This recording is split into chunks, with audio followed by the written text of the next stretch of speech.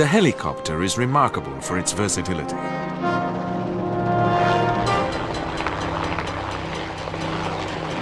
Its ability to fly almost anywhere and perform many different tasks has helped to revolutionize aviation. The rotary wing aircraft is a crucial part of today's military armory, with light helicopters being invaluable for reconnaissance through their ability to literally hug the ground.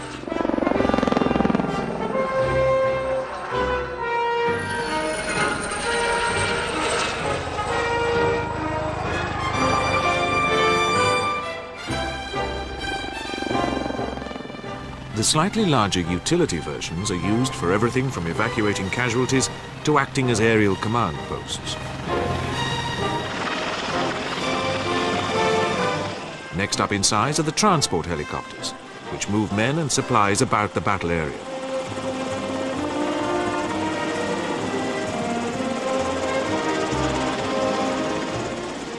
Heavy lift helicopters are the backbone of today's air mobile forces.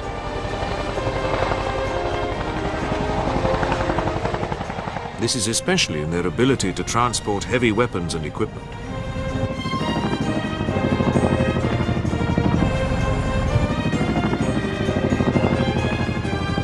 Finally, there is the awesome attack helicopter.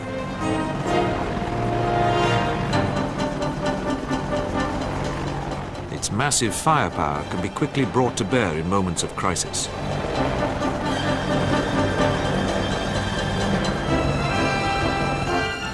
Navies, too, use helicopters extensively.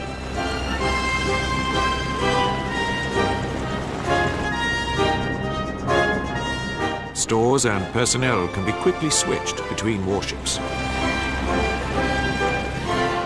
Naval helicopters play a major part in modern amphibious operations, swiftly bringing troops to the shore.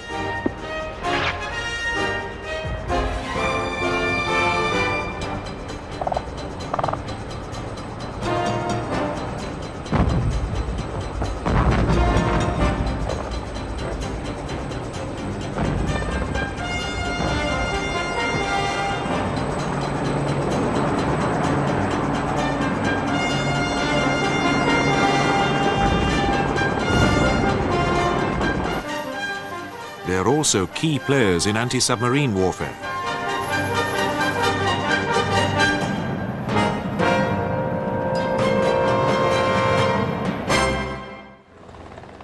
In the civilian world, the helicopter's uses are even more varied.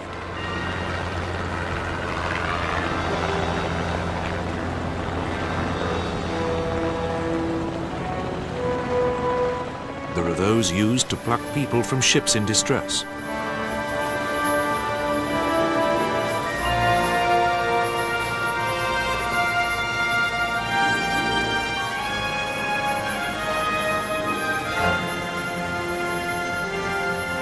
Helicopters are effective firefighters.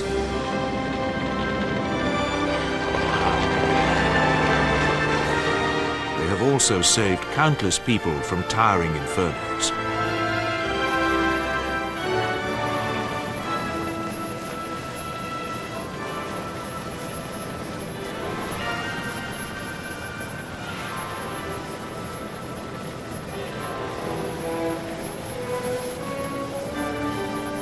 Police forces throughout the world use them for monitoring traffic and for law enforcement.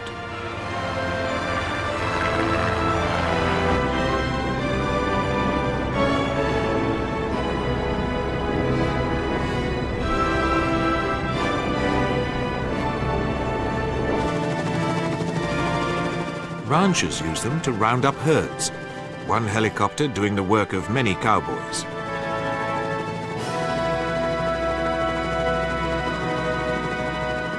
Farmers employ them in crop spraying.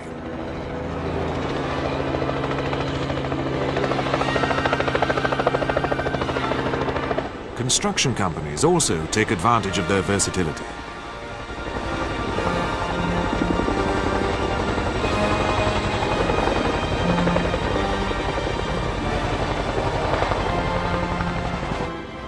The helicopter, too, is increasingly used as an aerial taxicab. Yet the development of the helicopter, as we know it today, represented one of aviation's greatest technical challenges. It was the 16th century Italian polymath Leonardo da Vinci, perhaps one of the cleverest people ever, who first came up with the concept of the helicopter. He designed a lifting screw made of starched linen. This incorporated the basic principle of the helicopter, namely that the rotor provides both thrust and lift. Over 2 centuries later, Englishman Sir George Cayley built a boat-shaped machine incorporating helicopter characteristics, including pairs of contra-rotating propellers. He also constructed flying tops. Cayley's dream was that his machines must be capable of landing at any place where there is space to receive them, and of ascending again from that point. They should likewise be capable of remaining stationary, or nearly so, in the air when required. But Cayley and his fellow designers lacked, above all, a suitable power source to realize their dreams.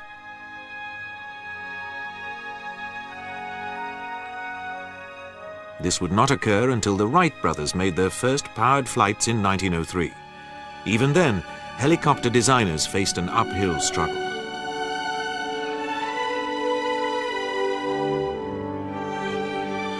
The helicopter's rotor blades act like an aircraft wing.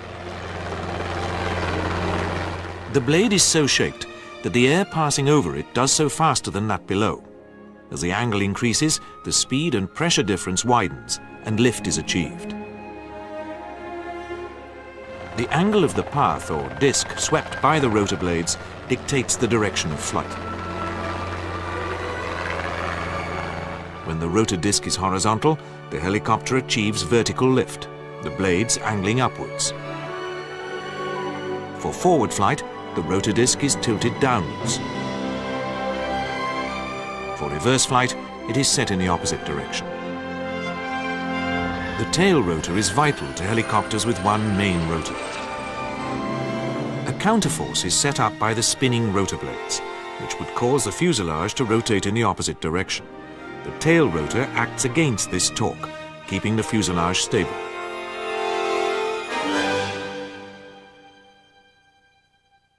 The problem is overcome on multi-rotor helicopters by having them rotate in opposite directions.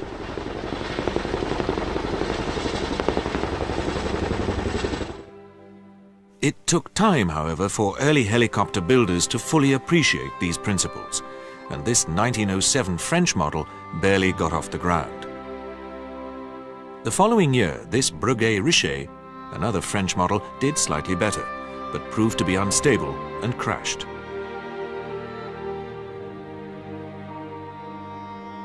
In 1910, 21-year-old Russian Igor Sikorsky, who was beginning to make a name for himself as an aircraft designer, constructed 2 helicopters.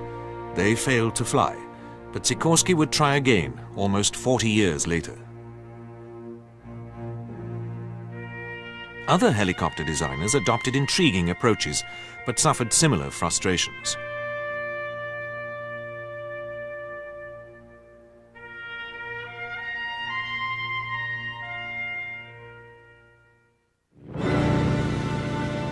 Not until after the Great War of 1914-18 was serious interest in helicopters rekindled.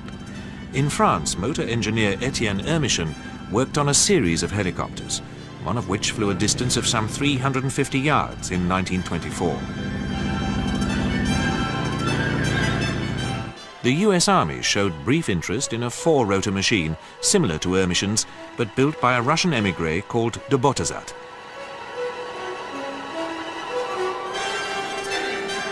In the end, however, it was its ungainliness which let it down.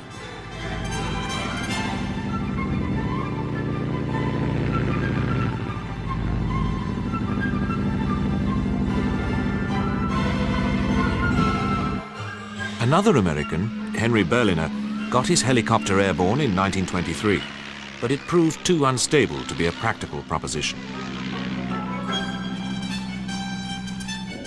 One whose design showed promise was a Spaniard, the Marquis Pateras de Pescara.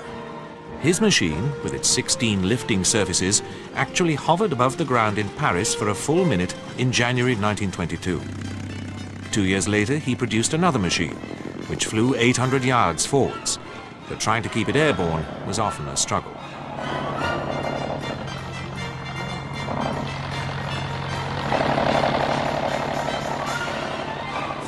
Others, though, never even got their aircraft off the ground.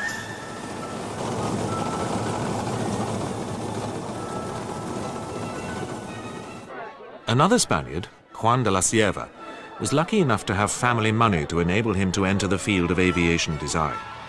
He developed a new form of flying machine which was neither pure rotary wing or pure fixed wing. The autogyro was essentially propeller-driven, but this also swept air into the unpowered rotor blades, causing them to rotate and enable short takeoff and landing.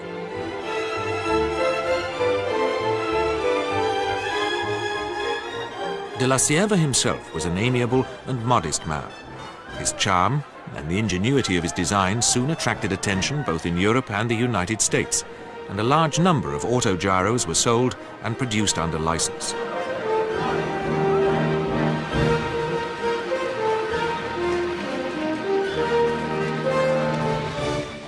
Eventually, de la Cierva introduced a device which enabled the pilot to tilt the rotor disc. As a result, forward speeds could be increased to over 100 miles per hour. But the autogyro was never able to hover like a helicopter. During the early 1930s, the first true working helicopters appeared. In France, Louis Breguet, who had been one of the helicopter pioneers in the 1900s, re-entered the field and produced a series of ever more successful models using contra-rotating sets of blades.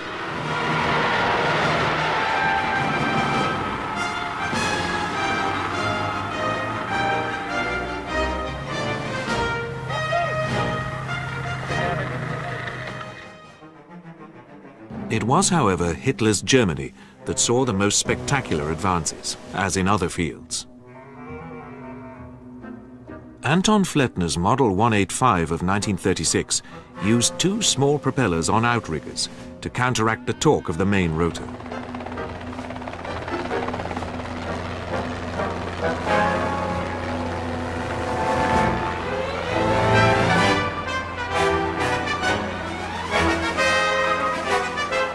More sensational was the Fokker Achilles FA-61, which appeared in the same year.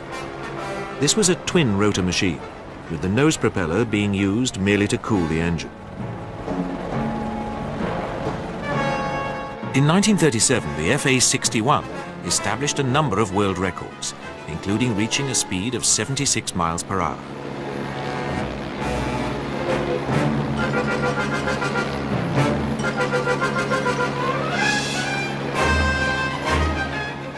Germany's famous woman test pilot, Hanna Reitsch, also displayed it before a full house in Berlin's sports hall. She recalled, "The public was instructed to hold securely onto hats and other light articles as a potential source of danger to the plane and to themselves. And as I took off, the effect of thousands of people on the floor and at the sides of the arena, all staring up at me and clutching grimly onto some object or other, was distinctly comic." In the United States, Igor Sikorsky, who had left Russia after the revolution, returned to helicopter design. He had managed to set up his own aircraft company, which became famous for its long-range commercial flying boats.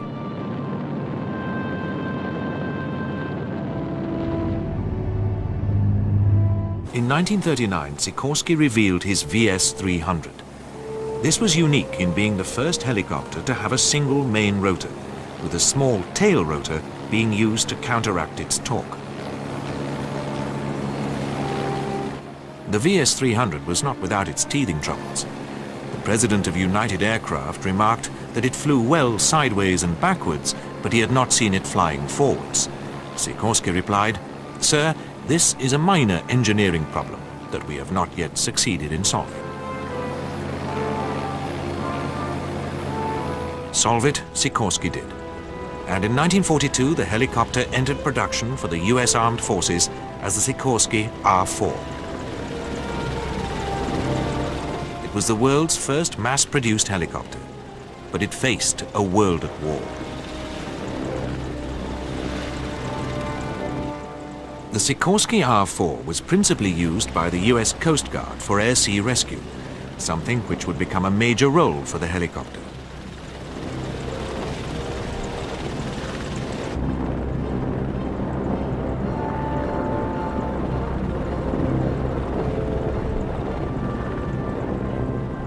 Six R-4s also joined Colonel Phil Cochrane's No. 1 Air Commando, which was supporting General Wingate and his Chindits, operating deep behind the Japanese lines in the Burma jungle.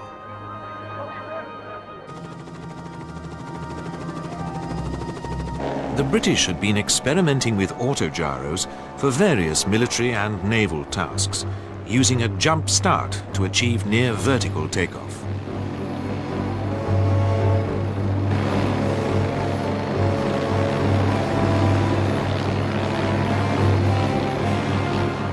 However, in 1944, the Royal Navy obtained R-4s for trials as a reconnaissance vehicle and for anti-submarine work.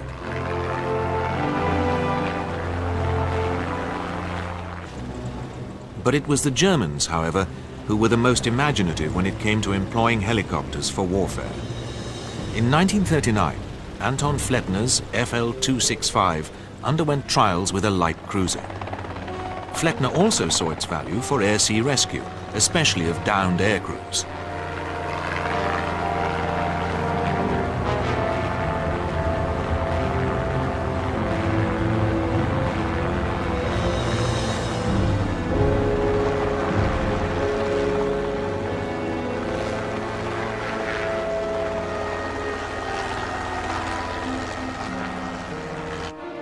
Two years later, Flettner produced the FL-282 Colibri, or Hummingbird, which proved to be extremely versatile.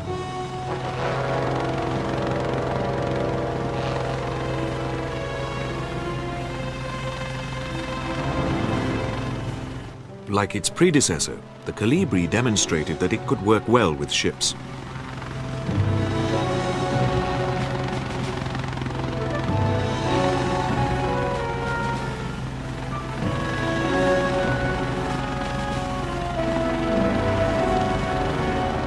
It was also used for ground reconnaissance on the Eastern Front, with pilots developing the technique of contour or nap of the earth flying to keep themselves out of the enemy's view.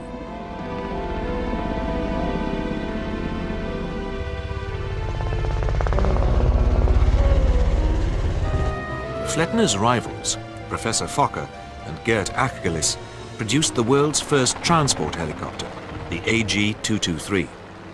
This could also take underslung loads, but never went into production.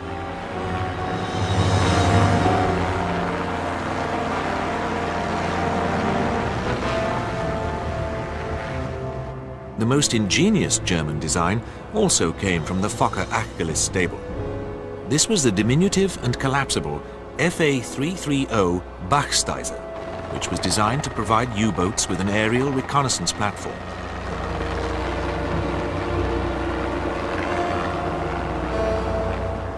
This enabled the U-boats to see over the horizon.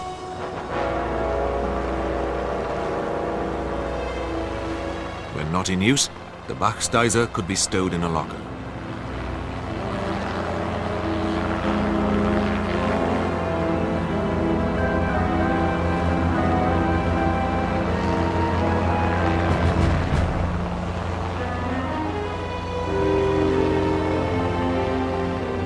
Another imaginative project was the Dobloff WNF-342.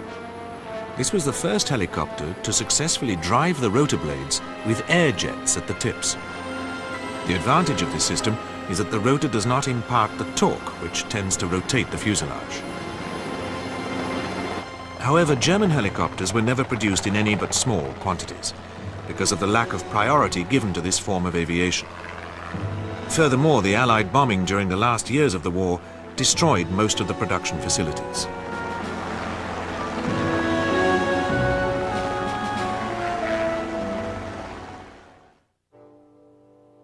Back in America, Igor Sikorsky had not rested on the laurels of his highly successful R-4, but by 1945 he had serious rivals, one of whom was Arthur Young, an engineer who had become fascinated by helicopters. Young had built a number of helicopter models. he used electrical remote control to fly them.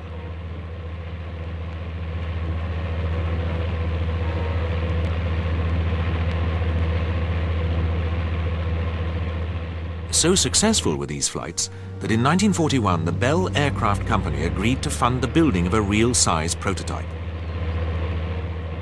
One unique aspect of Young's design was the stabilizer bar attached to the rotor head. This operates like a gyroscope, preventing unwanted rotor disc and fuselage tilt, and was to become a hallmark of Bell helicopters.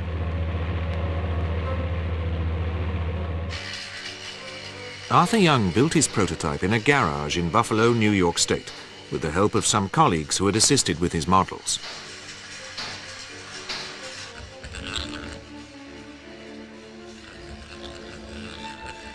The Model 30, as it was called, was rolled out at the end of 1942.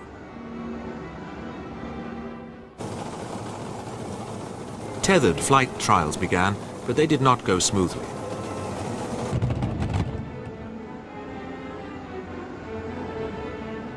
The pilot, who had failed to fasten his safety belts, was lucky to escape with a broken arm and a severe shaking.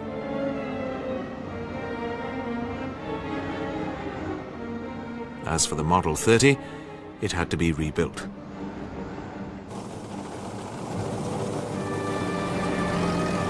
Nevertheless, during the summer of 1943, Arthur Young was finally rewarded for all his hard work. Indeed, the Model 30's successor, the Bell Model 47 Sioux, which first flew in 1945, proved to be one of the great helicopter success stories and is still flying today.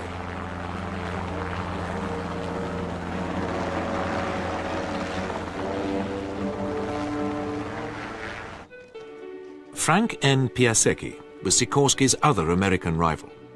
He and some friends produced the experimental single-seat PV-2 in 1943.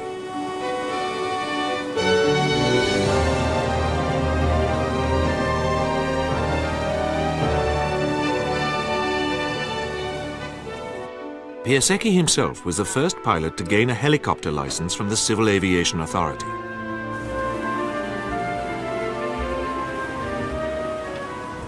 The US Navy became interested and commissioned Piasecki to design and build a transport and rescue helicopter. This was the PV-3, popularly known as the Flying Banana because of its shape. It was the largest helicopter of its day.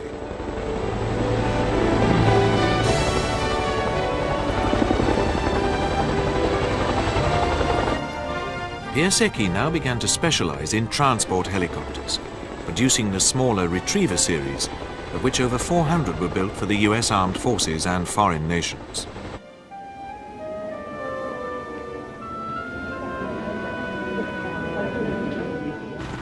In Britain, one of the first truly homegrown helicopters was the Air Horse, which was unusual in that it had one engine to drive 3 rotors.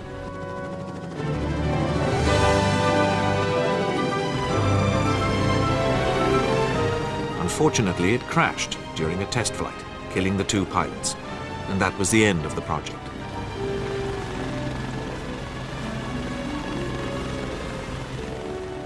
The Sierva Company, which built it, did, however, have a light helicopter under development, which ultimately went into British Army service as the Cero Skeeter. In 1946, the Russians held an air show outside Moscow. Stalin was present, and among the aircraft displayed was a helicopter, the Omega 2MG, which had been under development since 1940. But not until the following year did the Soviet Union set up a helicopter design bureau under Mikhail Mil. His first model, the GM-1, flew in 1948, and as the Mi-1, set the pattern for a long succession of effective helicopters which bore the Mil name. Thus, by 1950, a number of countries were developing and building helicopters, but the United States was by far the dominant producer. Now the helicopter was to have its first real test in war. In June 1950, war broke out in Korea, a conflict that would draw in both UN forces led by the Americans and Communist China. At first, the fighting swept south of the 38th parallel, which divides the two Koreas, and then north, before settling down after 9 months to largely static warfare close to the line of the border.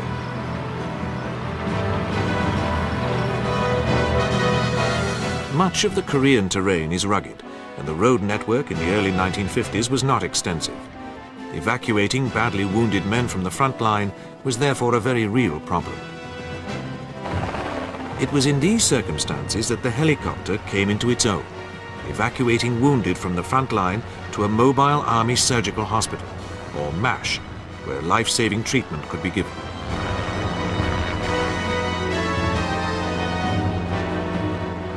MASH was the title of one of the most successful television comedies of all time, and the title shots of helicopters arriving at the MASH more than summed up the vital part they played.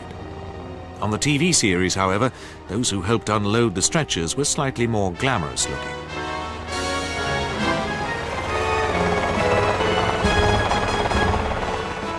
The Belle Sioux was one of the casualty evacuation mainstays.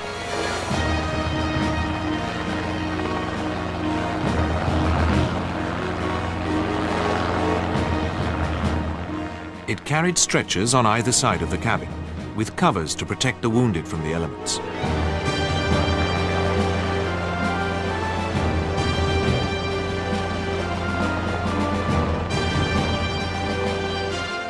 Many a soldier owed his life to the Sioux's ability to land and take off from almost anywhere.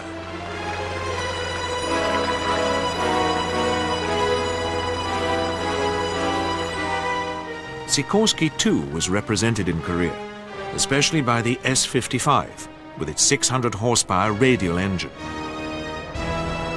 Its aerodynamic shape was a significant advance on Sikorsky's earlier designs.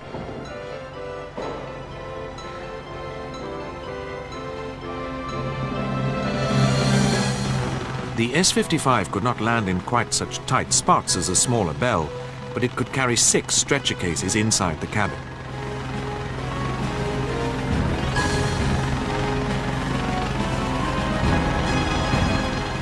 Indeed, such was its versatility that it enjoyed worldwide sales.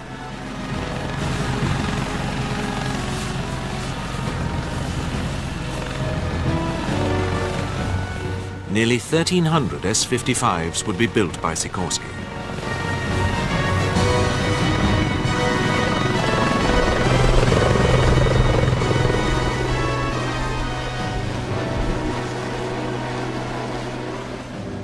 The S-55 even played its part in the protracted armistice negotiations which eventually brought the fighting in Korea to an end in July 1953.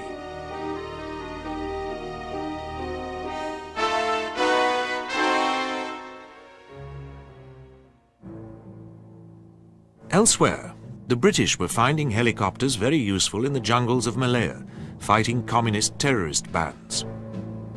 Apart from their own Bristol Sycamore, they were using the earlier Sikorsky S-51, manufactured under license as the Dragonfly, to supply and extract patrols from the jungle.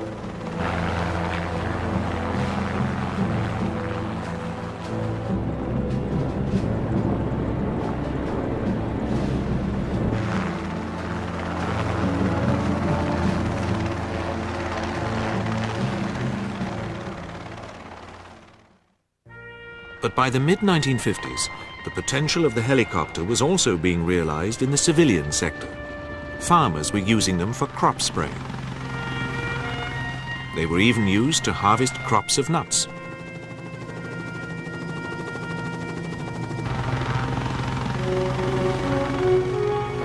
The oil industry was employing helicopters in survey work and pipeline patrols.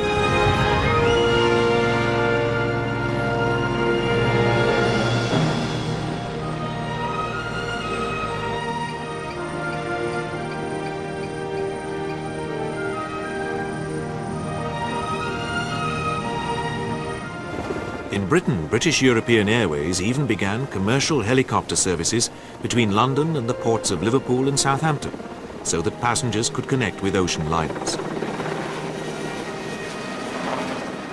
It was, however, a short-term venture, because long-haul air travel had begun to take over from the passenger liner.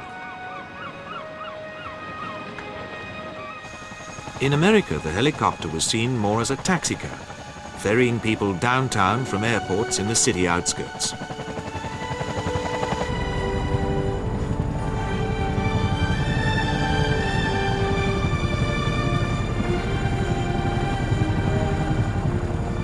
Some even dreamed that the helicopter might come to rival the car, and simple one-seat machines were built and tested.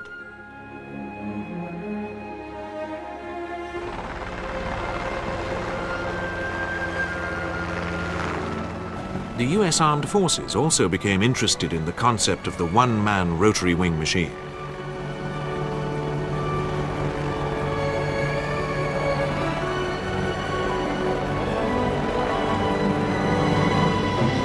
But while flying it was relatively simple, it was an expensive way of transporting one man about the battlefield.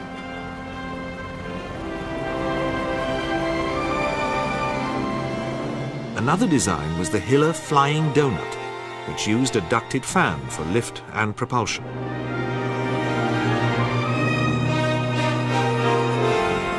There was also a series of miniature collapsible helicopters, driven by pulse jets mounted on the rotor blade tips. But versions like Little Henry here never got beyond the prototype stage and were primarily test beds.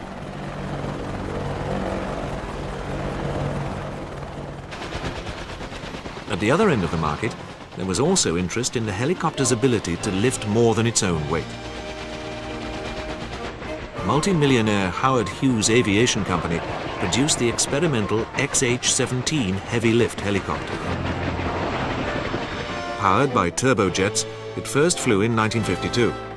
But although its weightlifting ability was impressive, its range of a mere 40 miles was a severe drawback.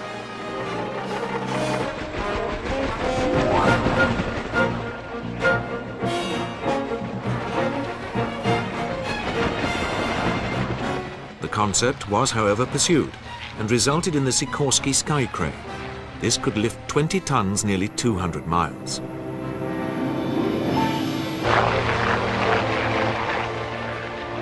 The Russians, too, followed the same idea with their Mil Mi-10 Harker. The late 1950s and early 60s saw the French fighting an increasingly bitter campaign in Algeria against forces demanding independence for their country.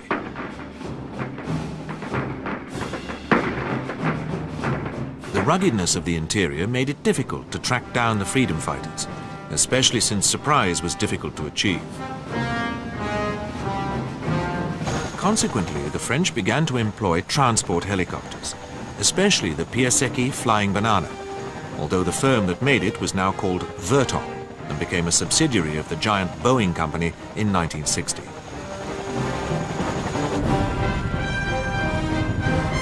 Sikorsky S-55s were also used. The French use of air mobility was very successful, and other countries, especially the United States, began to take note. Indeed, the US Marines had already begun to see the helicopter as a useful means of transporting troops from ship to shore during amphibious operations.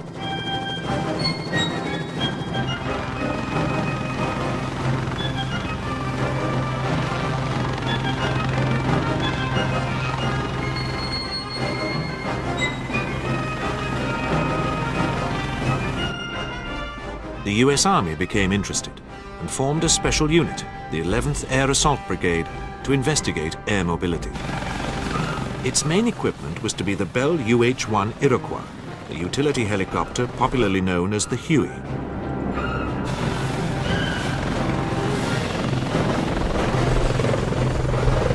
The 11th Air Assault perfected the art of moving large numbers of troops quickly about the battlefield.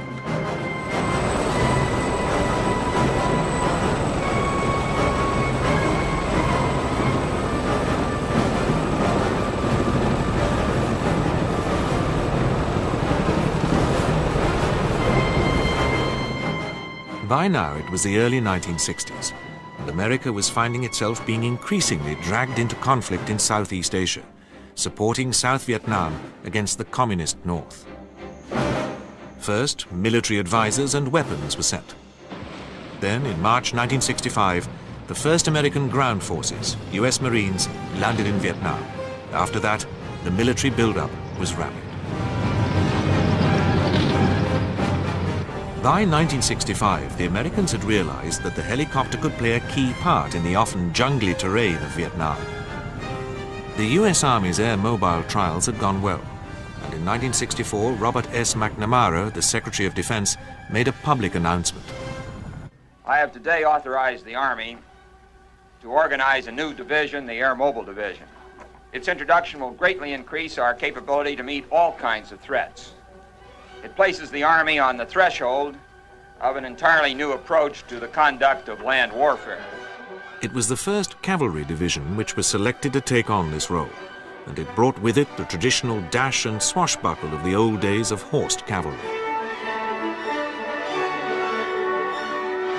The division was soon deployed to Vietnam. It began air-mobile operations on a large scale against the communist groups operating within South Vietnam.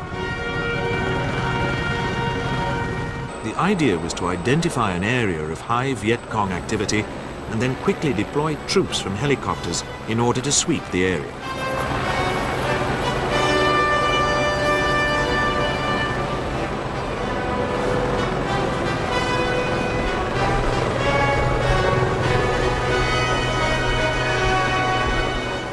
Invaluable for pinpointing the Viet Cong was the Hughes OH-6 Cayuse light helicopter, known to its pilots as the Loach.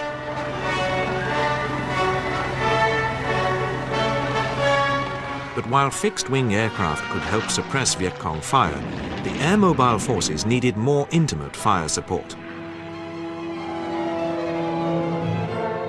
Experiments with arming helicopters had been carried out in the early 1950s.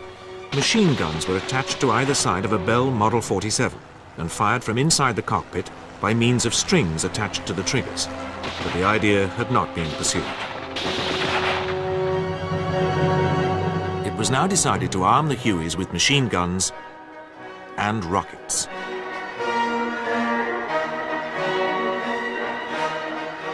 This would enable the helicopters to lay down large amounts of fire.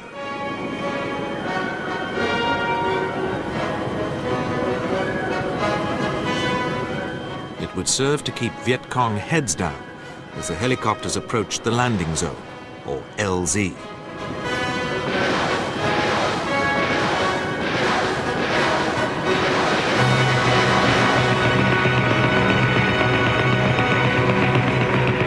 The helicopters could now also provide covering fire when the troops were at their most vulnerable, getting out of the Hueys.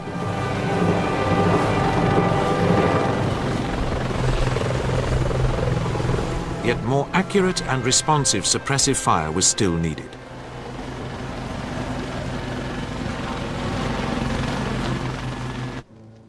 The answer was the Bell 209 Huey Cobra, the world's first attack helicopter. Developed in a mere 6 months, the Huey Cobra's firepower was awesome.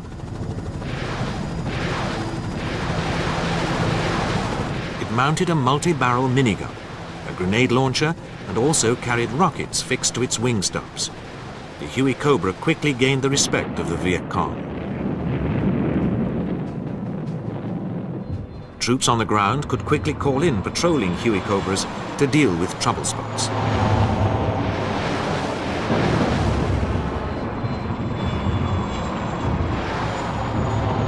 Even so, the Viet Cong continually developed ever more subtle ways of dealing with these assaults from the air.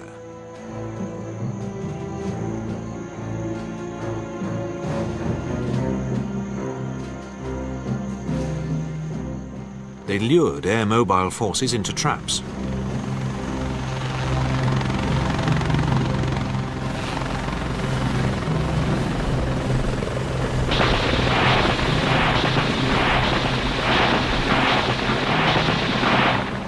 The Americans would find themselves pinned down and unable to move.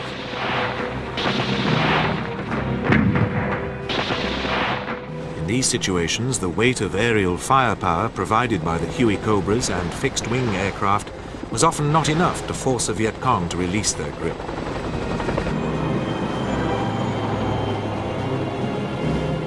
It was in these circumstances that the Huey crews really earned their spurs. Coming into a hot LZ, that is a landing zone under enemy fire, they not only brought in reinforcements, but also saved the lives of countless wounded men.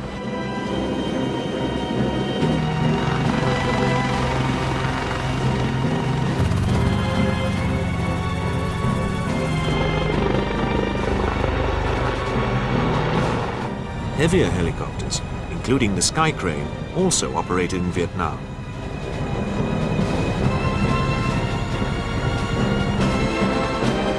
The Boeing Vertol CH-47, the Chinook, latest in a now long line of Piasecki designs, soon proved itself to be a versatile workhorse.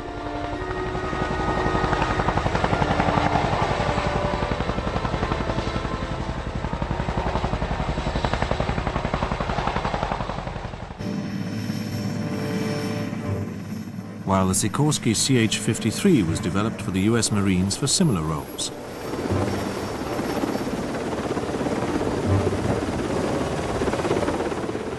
There was also the HH-3E Jolly Green Giant, a variant of the Sikorsky S-61. This made its name in Vietnam as a rescuer of pilots down deep in hostile territory, as well as for the evacuation of wounded.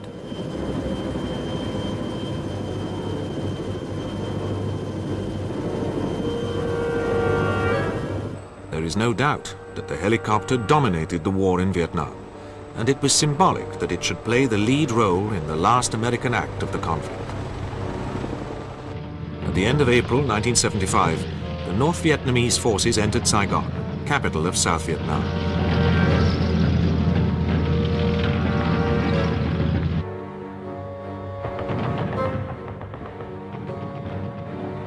There was a last-minute panic among South Vietnamese close to the Americans and the remaining US personnel to get away. A helicopter shuttle was run from the US Embassy to a carrier task force standing by at sea. Many of the helicopters were then abandoned, a final symbol of all that had gone wrong in Vietnam. But this did not halt military helicopter development. Vietnam had proved the helicopter to be an essential military weapon, and the concept of air-mobile warfare was adopted by other countries. The Warsaw Pact incorporated it into a new tactic developed during the 1970s, that of the Operational Maneuver Group, or OMG, which was to spearhead a major offensive into Western Europe. Air-mobile forces would help secure key points like bridges and knock out radio communication centers and tactical nuclear weapon sites.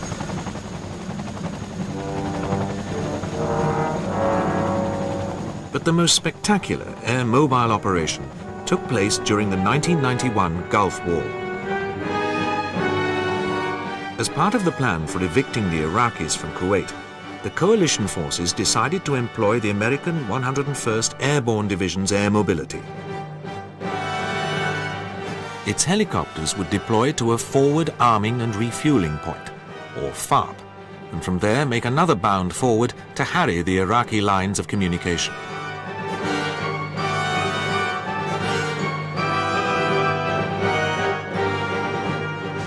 Spearheaded by Hughes Apache gunships, which had succeeded the Huey Cobra, 400 helicopters lifted 2,000 men of the division, together with 50 vehicles and guns, 50 miles inside Iraq to set up the FARP.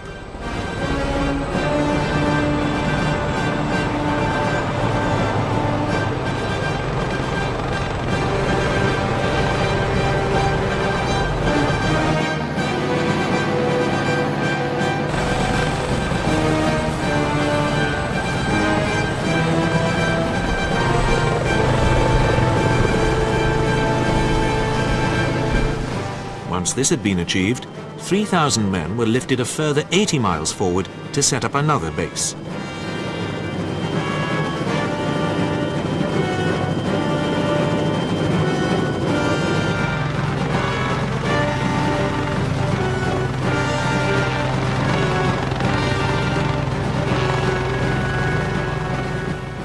strikes were then launched against the Iraqi forces in another spectacular demonstration of the power of the attack helicopter.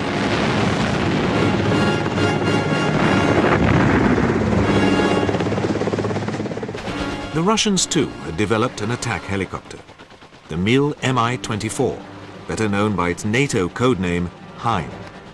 This was one of the principal weapons used in the Soviet campaign in Afghanistan in the 1980s. But the helicopter as tank buster had been conceived by the French in the 1960s, with anti-tank guided missiles providing both range and accuracy.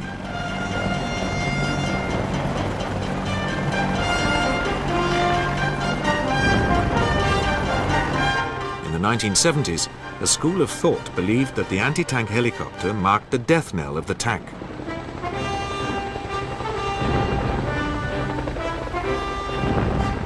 In the event, the helicopter became another weapon in the anti-tank armory, but an especially useful one in an emergency because of its quick response time. Naval helicopters were also being used increasingly widely, with every major warship being equipped with one.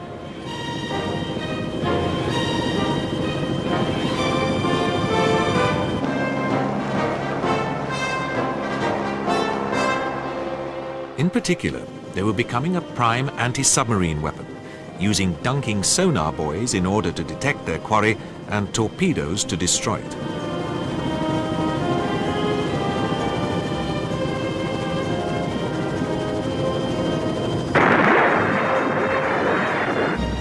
The helicopter's use in amphibious landing operations was also increasing.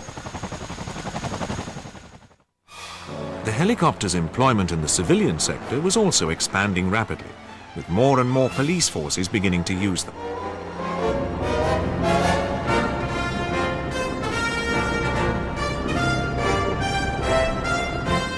The helicopter was also saving many lives at sea.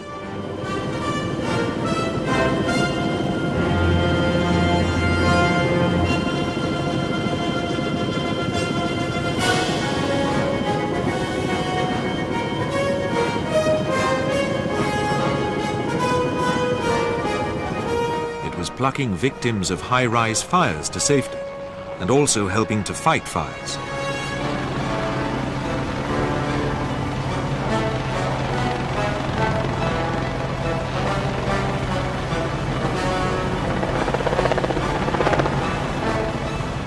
Helicopters equipped for medical emergencies were whisking those seriously injured in road and other accidents to hospital.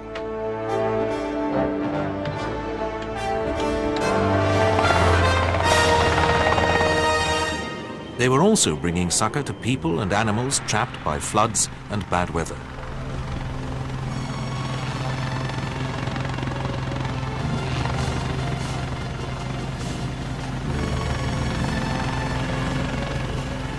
Helicopters too were playing their part in supplying food to those driven by war to remote refuges.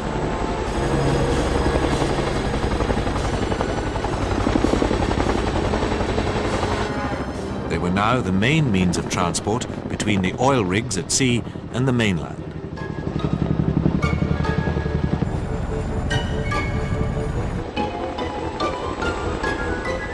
In the 1980s, there appeared the largest helicopter of all time, the Russian Mi-26 Halo.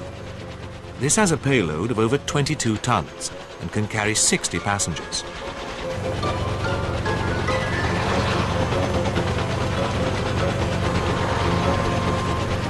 Other advances in helicopter design include NOTAR technology, which uses pressurized air instead of a tail rotor to counteract torque. Not only does this make the helicopter even more maneuverable, but it significantly reduces noise levels. Another intriguing concept is the Bell Boeing V-22 Osprey, whose tilt rotors give enormous military and civil potential, enabling it to fly like a conventional aircraft when airborne. The helicopter has indeed come a long way in the last 60 years and is seen in almost every walk of life. Who can tell where it might go in the future?